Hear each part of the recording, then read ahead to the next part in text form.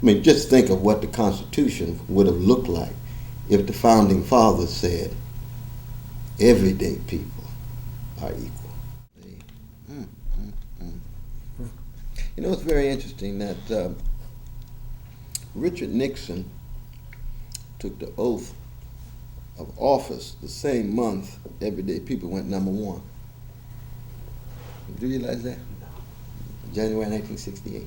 First, you just had the democratic awakening of everyday people in Montgomery, Alabama, and the thrusting forth of Martin King as leader of this grassroots effort to make America true to its democratic ideals that it espoused. And you see, by the time you get to Watts,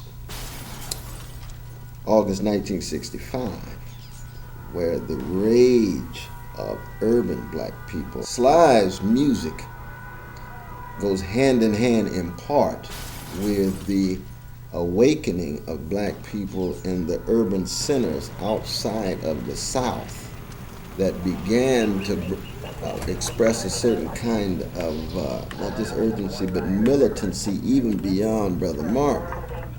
This is with Malcom, Black Panther Party, and so forth. In fact, it's very interesting to keep in mind. I mean, you know, Black Panther Party was founded October '66 right there in Oakland. Begins to take off '67, '68. Sly's right there. Sly's music goes hand in hand with the Panther Party. You know, the group that the Black Panther Party founded called the Lumpin'. They love Sly. That was one of their major influences. And they singing off, they playing our revolutionary music. Had their own album and everything. But they looking up to Sly. You see. Now Sly is beyond that, because Sly is not tied to ideology in that narrow sense. He does, in fact, like to talk about black dignity that the Panthers talked about. Black Panther Party is very much about everyday people, too. But Sly's love ethic and Sly's ecumenical sensibility in terms of staying on a kind of moral, spiritual level as well as the political, tended to shun the ideological in the narrow sense. Sly's music reflects what is going on in the 60s to the degree to which the best of the 60s was this democratic awakening of everyday people and responding to the rage. 1967, there's over 18 riots. Detroit for 5 days. They had to bring in the National Guard. Newark, 1967. And of course in 68, you know, death of Brother Martin. I mean, that's one of the turning points in the history of black America. See, I think, by 68, you know, you've got so many people killed, you know, Medgar's gone, Malcolm's gone, so many everyday black people who have been killed who didn't surface in the press. By the time Martin is killed, something dies in the heart of black people.